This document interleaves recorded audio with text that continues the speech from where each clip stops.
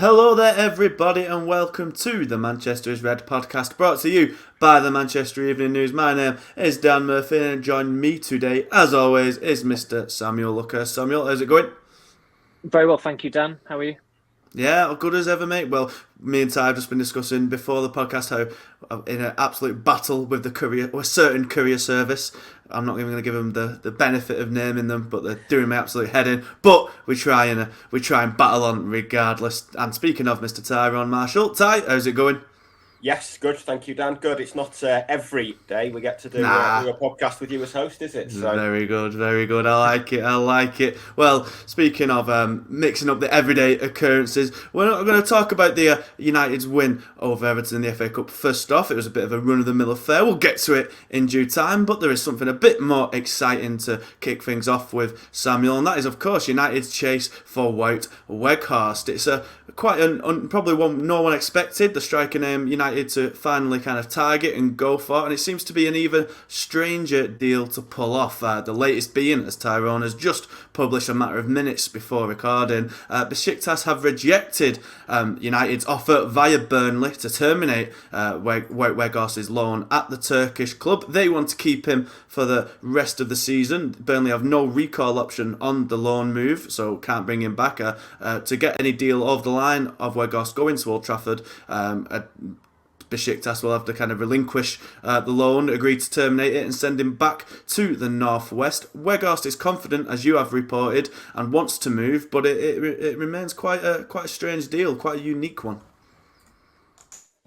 It is in that I can't recall many scenarios where a club wants a player who's on loan elsewhere, and normally that scuppers a deal before it's even started. But United are clearly emboldened to go for Weghorst. The way he acted after scoring for Besiktas on Friday indicates that he saw that as his last game for them. But a lot of footballers kind of jump to conclusions and don't really consider the minutiae of deals like this. And this one is potentially complex because you've got Burnley presenting Besiktas with a deal on behalf of United, and I suppose if Weghorst was too obvious an option that nobody really mentioned him. And he's Dutch, he's a striker. He has got mid-season loan move written all over him, but unfortunately for United, he is at another club on loan. They clearly knew that, but as I said, they feel emboldened enough to go for him, and he is more aligned with what Ten Hag wants. He is a more balanced option than more exotic names that the flavours of the month, like Cody Gakpo or João Felix. I mean, there is a contradiction in going for Weghorst because Ten Hag literally did say last week in those latest quotes from his interview with Football International that United had signed average players. Now, Weghorst is objectively average. He scored 2 goals for Burnley last season. He was playing for Wolfsburg before that. He's always been seen as quite an unremarkable striker. I know he did okay with Wolfsburg, but the fact that he went to Burnley at a time where he was parachuted in to try and keep them up and failed. And I think Ty will go into the background on his character and personality at Burnley in far more greater detail than I could. But Burnley washed their hands quite quickly of him, and he was never going to fancy it in the Championship. And to be honest, he's not really aligned with what, if he had somehow stuck around at Burnley, he's not aligned with how they're playing at the moment. They play very fluidly under Vincent Company. They had another very good result in the weekend against Bournemouth. They are going to get promoted. It'll be fascinating to see how they fare next season. But United see him as someone who has attributes that none of their other forwards have. And that is true. It's not a necessary skill to have, but it's clearly something that Ten Hag values. He looked at Marko Arnautovic very seriously back in August. And there are similarities between Arnautovic and Weghorst. United have already talked up Weghorst's goal scoring record with Besiktas of 8 goals and 16. The major caveat is that he's been doing it in Turkey, and Turkey, if anything, it's a bit like Europe's answer to MLS in that it's a retirement home. We had was it in 2017 the come to Besiktas viral videos, and it was like Pepe was out there, Ricardo Quaresma was out there, Dele Alli's out there, who's probably the youngest person to probably retire from professional top level football, certainly. So in some ways it is a strange move. In other ways, it isn't a strange move. I certainly wasn't shocked when I saw those reports coming out of Turkey and the Netherlands at the weekend. I feel disappointed myself and ourselves that we never actually thought he was an obvious option to go for. If we're mentioning Abubakar as someone United might go for, then Wout Weghorst certainly merited a shout. And I suppose United, if they do manage to get that deal over the line, in the background on signing him, they will mention the fact that he scored twice against Argentina in a World Cup quarter-final. So there is some game-changing prowess that he has there, some recent clout from that. That was probably the game of the World Cup, apart from the final, just for the sheer...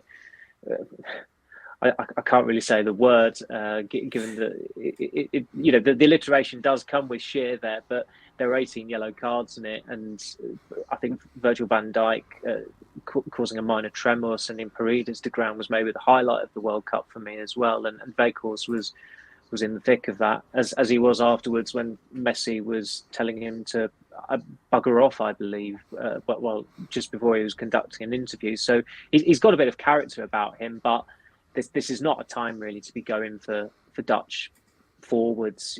I had a glance at their squad at Euro 2004, and they had Van Nistelrooy, Kluivert, Roy Mackay. They were strikers at United, Barcelona, and Bayern Munich, three of the biggest clubs in the world. The last time they had a world-class forward, that was Robin van Persie and Ian Robin on their last hurrah in Brazil nearly 9 years ago now, that World Cup. So although Gakpo and Depay are sexier names, if you want to call it, clearly Ten Hag feels as though Weghorst is more suited to what United need, and I can kind of get where they're coming from. But if it does happen, it does lead to some potentially awkward questions for him to field. Absolutely. Well, on paper, Ty, as kind of Samuel mentioned there, it does seem, just because he's on loan somewhere else, that's probably why none of us even suspected it would even be possible, and we still don't know if it will be when push comes to shove. But on paper, you'd think, a big, tall, kind of lumbering, 6'6", giant of a man. It doesn't really fit into what Ten Hag wants to do at United, but kind of the more you look into it, it does make a bit more sense, I think. United, as we've talked about ad nauseum, have two strikers available, both of a kind of similar profile in Rashford and Marshall, where they like to get on the ball, kind of cut inside, aren't exactly major physical presences. Weghorst certainly brings that, as Samuel mentions there. His introduction against Argentina really set the cat amongst the pigeons. He was he just struck panic into the heart of that defence, and Argentina did really well to recover from that in the second half, although they may have been helped by Van Gaal choosing not to keep banging the ball up to him.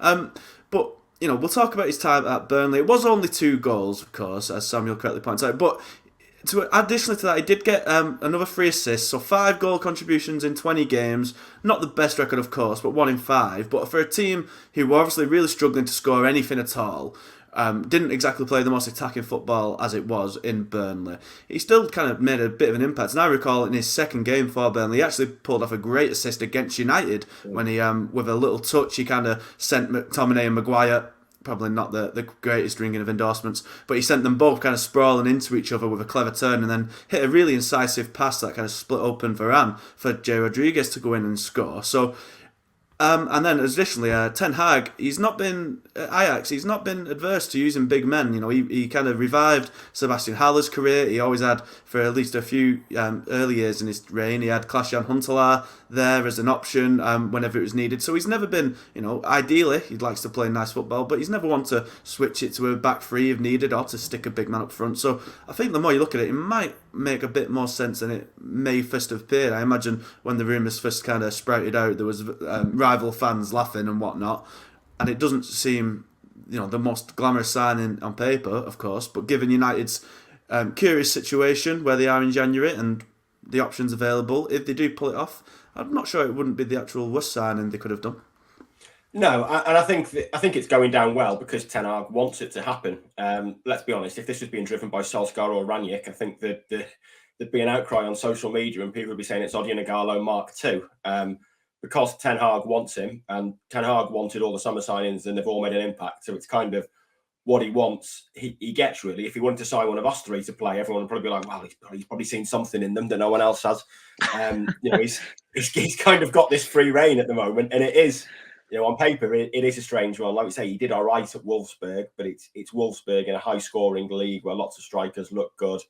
And then his record since then, okay in Besiktas, poor at Burnley. He is 30 now, not really played for a big club. But yeah, like you say, you can see it makes sense for those reasons. I compared him this morning with Haller, really. And they're not identical players, but they're both tall. I think 6'4" and 6'6", but they're not proper target men, really. They can do that, but they both like to drop deep and link play and do a bit more than that. And I mean, Ten Hag signed Haller twice. He signed him for Utrecht as well as Ajax, so he clearly valued what he could do. And you can see Weghorst as similar. And I think one of the issues at Burnley was that he wasn't really, I'm not sure he was the player that they necessarily thought they were getting. They sold Chris Wood and maybe wanted a replacement, but just because he's tall, he's not really that similar, and he does drop deep. And that goal that you mentioned against United was probably the best example of what he does. He's a link play forward as much as he's a number 9, stand in the box and launch balls from your fullbacks to him, which Burnley like to do under Dyche. He's not really that kind of player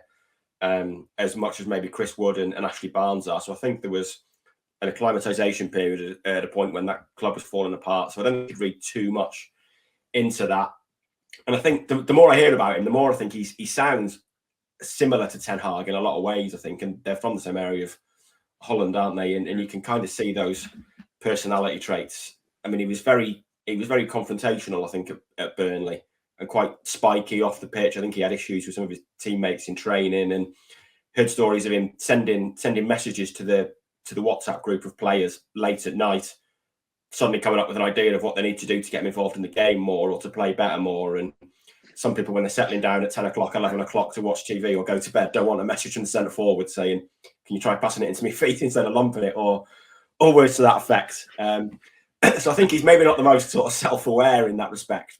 But the stories you hear of him, he's clearly difficult, but I think he's doing it to get the best out of his career and the best from himself. And maybe he's going about it the wrong way. But I think that kind of character trait and that sort of bluntness and not really caring is, you kind of see it a little bit from Ten Hag in press conferences and the occasions we get Dutch, to speak to him away from the camera. It's very Dutch, yeah. And they're both from the same region where maybe the Dutchness is even more Dutch than other places and big cities like Amsterdam. They're uber Dutch, aren't they?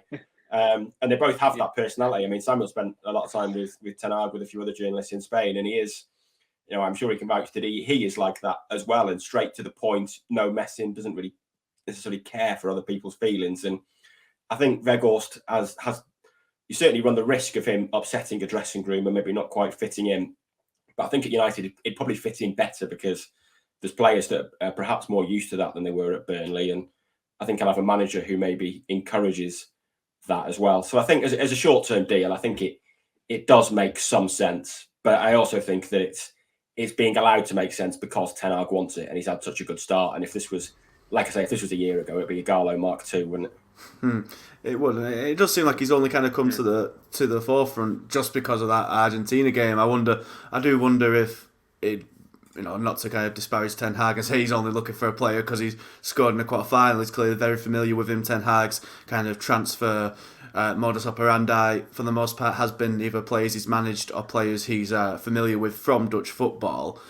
But Samuel, do you think that kind of personality that Tyrone mentioned there would fit in well at Old Trafford now? Like, as you say, there seems to be a lot more kind of competitive spirit, and now Ronaldo has gone, it does seem the dressing room has obviously kind of mellowed out a bit maybe, and everyone's kind of backing each other a bit more. Is that, would Weghorst's kind of introduction make that better, or could, as Tyrone mentions, would it run the risk of kind of unsettling it somewhat?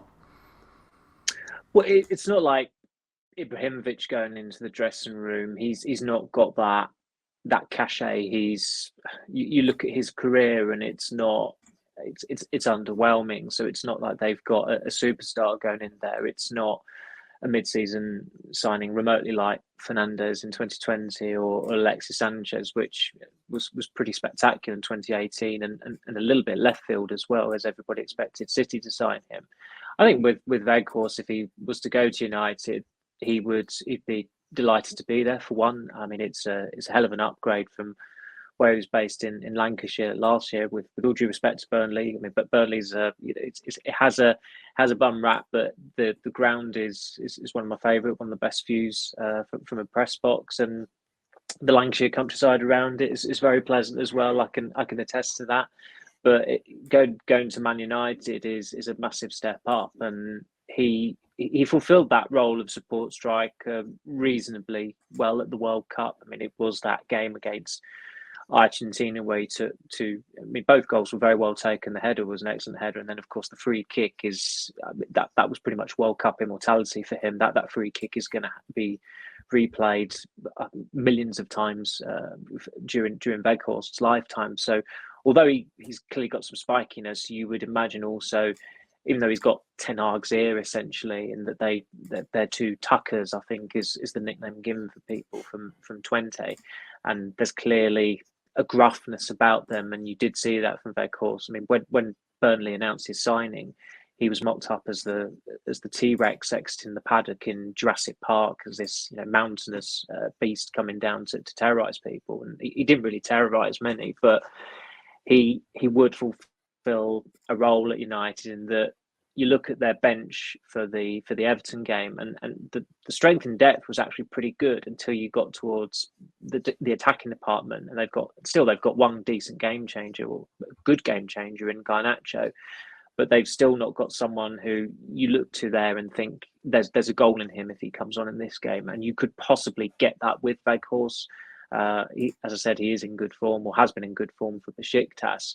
And again, going back to that Football International interview that Ten Hag has given, he did stress in those latest batch of quotes the importance of character. And we said that in the summer as well, before Ten Hag said it, that as much as important as getting quality footballers into the squad, it always is, United needed good characters in there as well, because the dressing room last season was, I mean, Lingard told Paul Scholes about it. It was a disaster, and we'd already written that by the time because we all knew about it.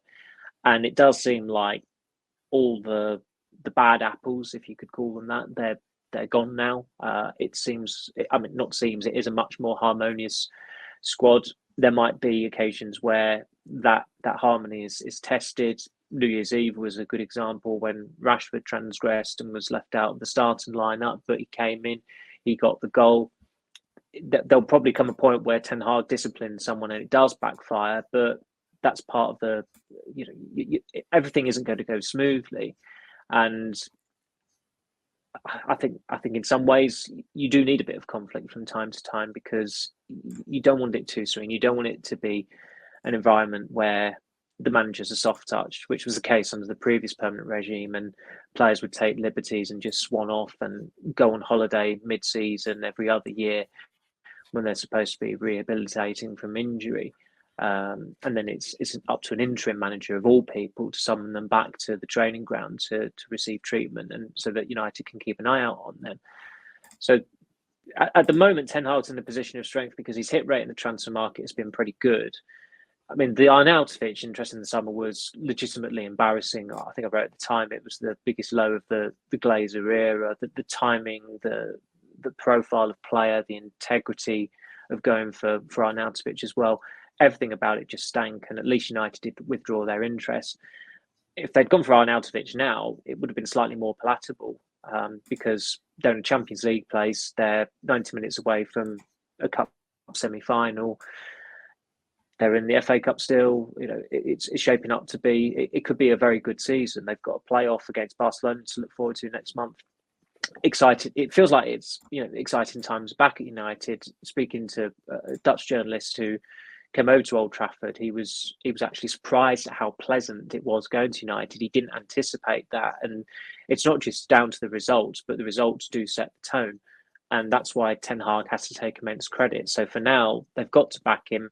And with this Weghorst approach, that is Ten Hag pushing it. With the owners and the situation there, United overspent in the summer massively. I mean, people who thought that they'd even triggered Enzo Fernandez's release clause need the head checking. United invested an exorbitant amount of money in the summer.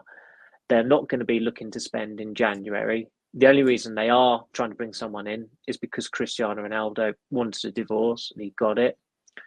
And therefore, you have to go to the loan market. And I completely understand why United are doing that.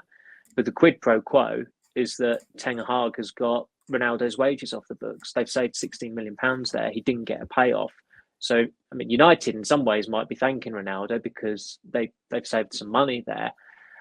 But obviously, Ten Hag will be judged on how Weghorst does. And if Weghorst scores 4 goals this season, if he does indeed join United, that's more than Ronaldo. And that's probably the decision in itself indicated, as long as, of course, United do qualify for the Champions League, which is the bare minimum that's required. Mm-hmm. Well, the question remains, Ty, if United will actually sign him. As I said, you reported just before coming on air that Besiktas have rejected the initial proposal. Do you see the kind of deal eventually paying off? Of course, United are working on a new offer, but it's obviously a difficult one when Besiktas want to keep him.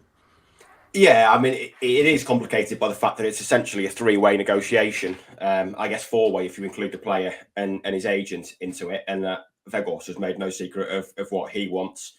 I don't think Besiktas were particularly impressed by him waving and mouthing bye-bye to the fans at the weekend when it hadn't been done. But yeah, I think it's probably at a stage now where it's going to happen. I mean, I've been told that the first conversations between United and Burnley over him came before the Carabao Cup game, which was December the 21st. So the interest clearly dates back a long way, or a reasonably long way. So I think there's a decent chance now it's going to happen. I don't think Besiktas he's doing very well for them, but I don't think they're loaded, shall we say, at the moment. They've got that option to buy him. I don't know if they could afford that or not, but I think they're probably, and I think their chief executive was even hinted at the weekend that they would be willing to accept terminating the loan if it was financially good enough for them. So I'm sure there's a case that it will get done. I think it's complicated by the fact that United aren't talking to Besiktas, really. United are talking to Burnley, and Burnley are talking to Besiktas, and then Besiktas are talking to Burnley, and Burnley are talking to United. So, it's a confusing one in that regard. And I think at the moment, the negotiations, United telling Burnley what they'd pay to terminate it, and Burnley saying, United will give us this much, which we'll give it all to you, and Besiktas saying no. So I think the impression you get is that there's clearly an agreement pretty much in place between United and Burnley for it to happen. And the issue at the moment is what Besiktas are going to need to give up on Weghorst. Like I said, I think they've said they want to keep him for the season. They're going to say that, but I don't think we'd have reached this stage without there being some pretty decent possibility of it happening. And I'm sure another few zeros or another number added to the offer would probably get it done at this stage. But it's a complicated one, like we say, because he is on loan somewhere, and there's basically there's a deal that's going to have to be done between Burnley and Besiktas, funded by United, and then a deal done between United and Burnley on the paperwork. So it's not an easy one to do, I guess. Well, as we speak right now, it seems Besiktas have just released a statement on Weghorst, and they've basically just said, kind of been quite bullish. The initiative regarding Weghorst belongs entirely to Besiktas. If there's a development on this issue, the information will be shared. They've denied apparently a rumour of a 2.5 million compensation clause or something. So they're definitely not going down easily in this regard, Samuel. But elsewhere as well, there was also rumours over the weekend about Harry Maguire's future. He was linked with a move to Aston Villa, which, as you've reported, has been laughed off by United. It would be strange to let anyone go at this point in the season, but his future after this season is up in the air for sure. It is. I mean, there have been some suggestions that he would be receptive to go in this month, but I just can't really see it happening, as you say, for the main reason that United don't want to leave themselves short defensively. You could say, well, Tuanzebe is recovering from injury. You could say Phil Jones is still there, but unfortunately for those two players, they are pretty much irrelevant at United now. And with Varane, it's very difficult to see him go in 2 or 3 months without picking up an injury. You look at the load on United players this month. There's been another game added to January. So I think they're now uncertain to play 9 games this month, which is a hell of a lot of football after a Winter World Cup as well, where Varane played 6 games. So United have got to be very careful. You would imagine that Varane will be rested against Charlton in the League Cup quarter-final. And so with Maguire, he might start in that, but Martinez needs to start. And if he's starting on the left, maybe it's Lindelof on the right. And then Maguire's not starting in a League Cup quarter-final against a League One team, which is not a good look. And there have been other occasions this season where it's not been a good look for him. Sociedad springs to mind when I think Lindelof came off injured, and was it McTominay came on, and then when Maguire did come on, he went up front. So I think beyond this season, there's certainly quite a lot of uncertainty about Maguire's situation, unless it does change. I mean, Varane might have a long-term injury, and then Maguire gets back into the side and does well. But if he's still in the same situation that he's been in for, it feels like 4 months now, you'd probably say, since Brentford, where he's been, it's felt like he'd been third choice or fourth choice, and now with Luke Shaw being used as regularly as he has been at centre half, he's arguably fifth choice centre back, having cost £80 million, and as the United captain, he can't tolerate that situation going forward. And of course, come the summer, it's a year before the European Championship, and as much credit as he has in the bank with Gareth Southgate, you do wonder whether Southgate would be even able to justify selecting Maguire for 18 months, over an 18-month spell where he's a fourth or fifth choice at United. I don't think Maguire would allow himself to be in that situation either.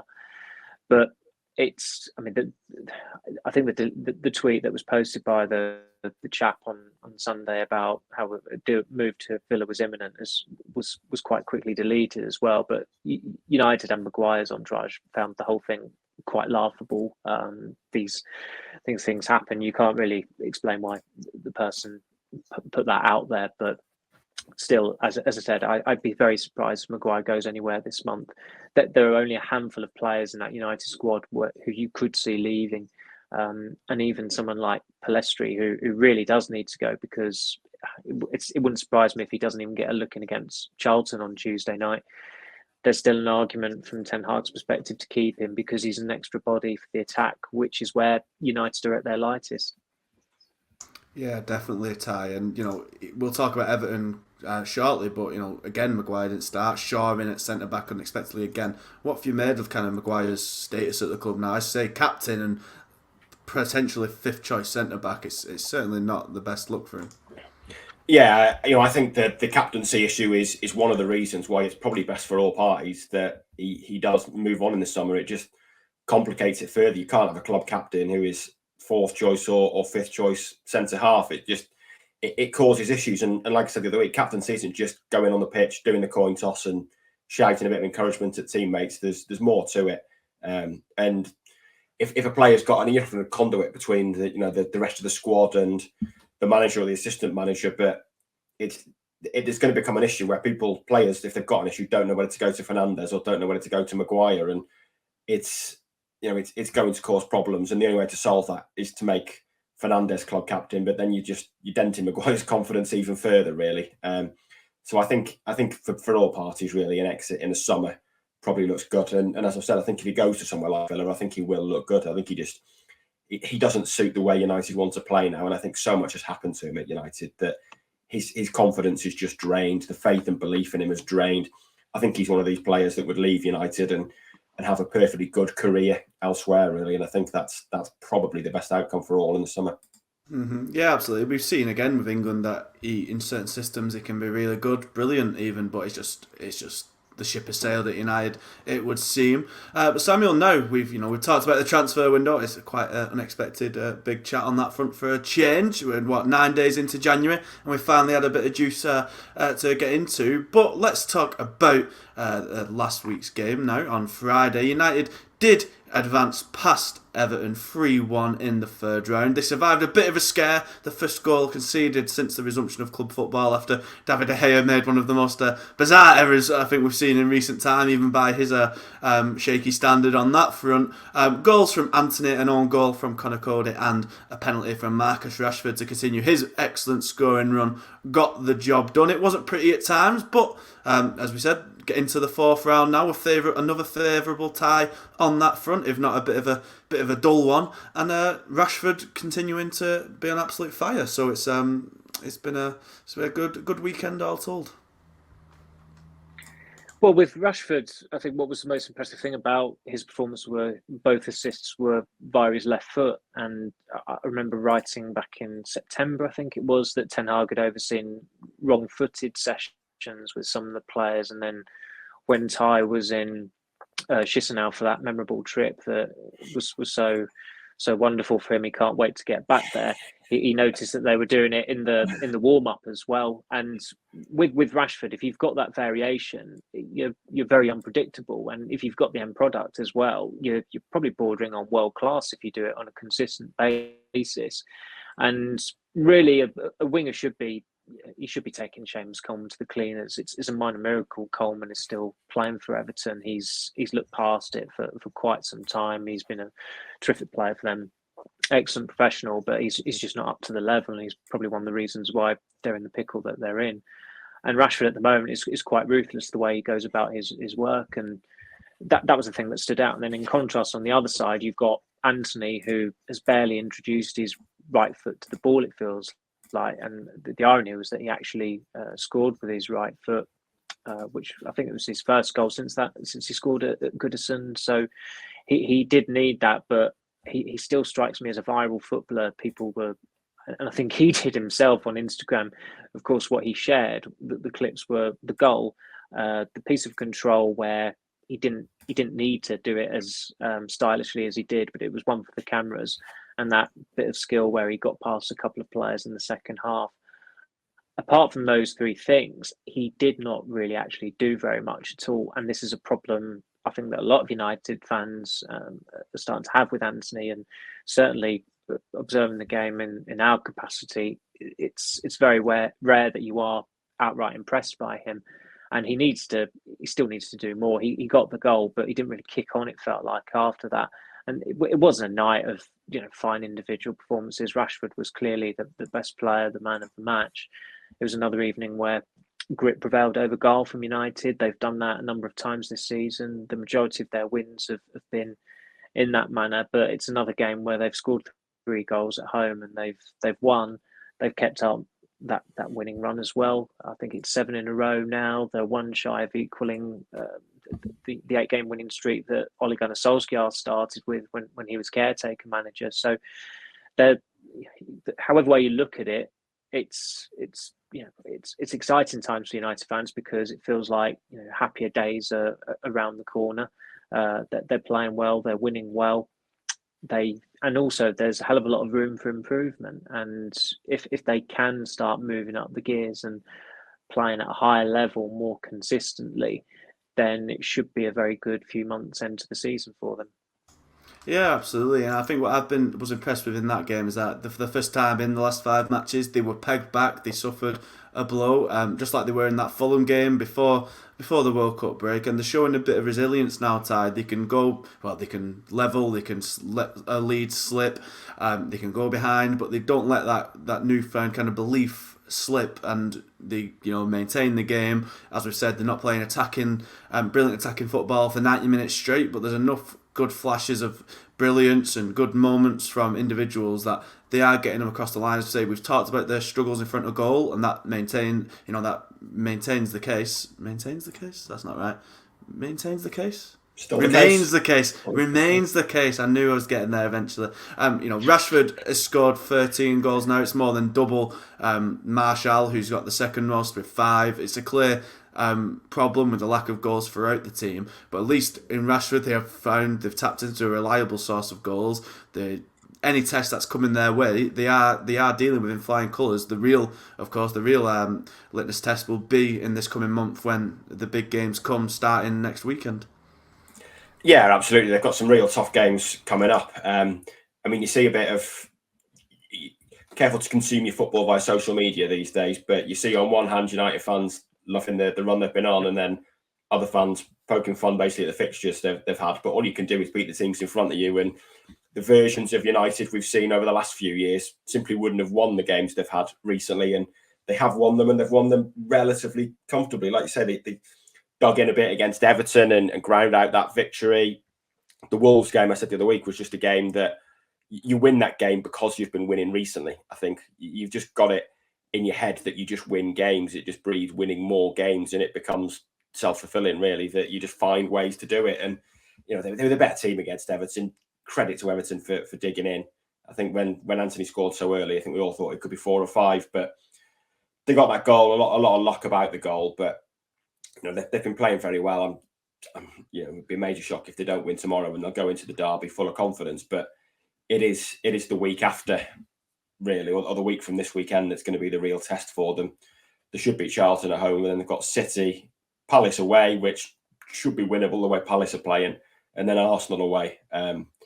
You need to win at Palace given those 2 other games, and it's going to be a real sort of litmus test to see where United are. I've said before, I think title talk is very premature, but if they can pick up even one win against City and Arsenal, or stay undefeated in the 2 games, then I think you'd say that's a really good effort and a really positive sign. So it is going to be a fascinating week to see sort of where they stand.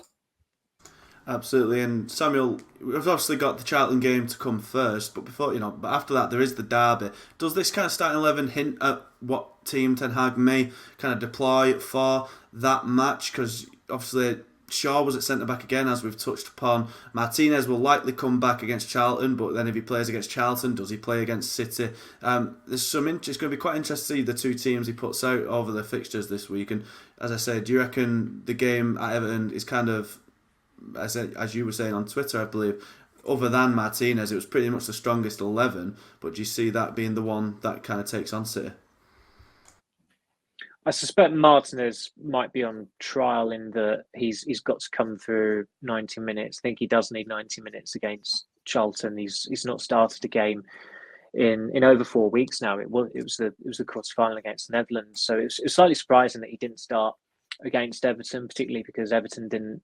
I mean, the way they set up, there wasn't really an out-and-out striker or forward. I know Neil Maupay played, but Neil Maupay really struggles to score goals. He's barely a striker. So it was interesting that Ten Hag went with Shaw when Martinez had been training for over a week. And so with the Charlton game, I think it's a fait accompli that he has to start that game. If he doesn't start that game, I don't see how he can start the derby. With others, De Gea, there's no need to start him. Varane has to be protected. Casemiro probably has to be protected. Marshall does as well, but the question is who comes in for Marshall as the striker. Fernandes is of course suspended as well, so that takes care of that issue. With other areas, I think you can get away with rotation, no problem. Again, they're coming up against the League One side, a team that aren't particularly doing very well in League One at all. Charlton are quite a fair way down the bottom half the last time I had a look at it. So it's an opportunity for Fred to come in, Wan-Bissaka, McTominay probably as well. But there are certain areas of the team where I don't think Anthony's had a great deal of football recently, so I think it's probably beneficial to keep him in the side, and then there might be 1 or 2 other strong selections retained from the Everton game. But I just thought the way set up against Everton, given that it was 8 days before the derby, there were a hell of a lot of hints there as to what team he would like to set up against City. And if Martinez comes through the Charlton game, you would expect it to be just one change from the Everton game, which would be Malacia out and Martinez in. Injuries could obviously force his hand, but that's why with this Charlton game, it's logical to opt for some mass rotation. I know Ten Hag doesn't like to do that, and he's not really done it since the Sociedad home game, which United lost. But given the opposition tomorrow night, I think he can get away with that. Yeah, definitely. I mean, Charlton are down in 12th. They've kind of had a little bit of a resurgence recently with 2 wins on the spin tie. But I say, it's a lot, we've seen with the weekend, Stevenage beating Villa, of course, upsets can happen. But United, with the form they're in, with the kind of strength and depth they've got, they should be dispatching Charlton fairly easily. What kind of team do you foresee Ten Hag going with? A bit of a balance, I think. I completely agree with Samuel. I think Martinez has got to play if he's to have a chance of playing the derby. It's going to be a month. I think it's a month today or a month tomorrow since he last started a game. He also didn't even come on in the World Cup final, so he needs that football. You wouldn't want him to start the derby against Haaland without starting a game for what would be pushing 4.5 weeks. Then, other than that, I think there's changes. There should be a change in goal. I think Tom Eaton probably deserves to play ahead of Jack Butland. I think both fullbacks should change. Wan-Bissaka and Malacia can come in. You'd probably bring Lindelof in. McTominay and Fred could certainly do a job in midfield against Charlton. And then I think you play one. Well, I think you've got to play one of the sort of main forwards, haven't you? We do a predicted team, I think, or a team you'd pick, and I picked Martial just to sort of give that focal point. Really, they haven't really got another striker. I know Samuel went for Alanga through the middle and Anthony on the right. I went for Martial and then Garnacho and Alanga on the wings, but I don't think there's much in it really. And I mean, I would pick at least one of them. The way Ten Hag picks his teams, you wouldn't be surprised if maybe two of Rashford, Anthony, and Martial played, because he doesn't really rotate and kind of had his fingers stung by that Real Sociedad game. But you know, you've got the benefit of home advantage against Charlton. I know it's a cup quarter final, but they're a League One team. You're at Old Trafford. You've got 5 substitutions. So if things are going wrong at half time, you can make 3 changes straight away, really. So I would be looking to make changes and try and give some players some rest ahead of a big week. Absolutely. It'd certainly be interesting to see how the game shakes out. And just to bring the podcast full circle, here is that full statement from Besiktas on Weghorst. They have said they claim that there is an exit clause in our football player's contract stating that his contract can be terminated with a compensation of €2.5 million in case of an offer from the Premier League is fictitious. Continued. However, the news that the player in question will leave the team on Tuesday is completely untrue. The initiative regarding Wout Weghorst belongs entirely to Besiktas. If there is a development on this issue, the information will be shared. Samuel, just a quick one. Do you reckon that's just playing hard to get and just trying to hold out for a bit of a better cash offer, or are they going to stick to the guns? They've got all the power.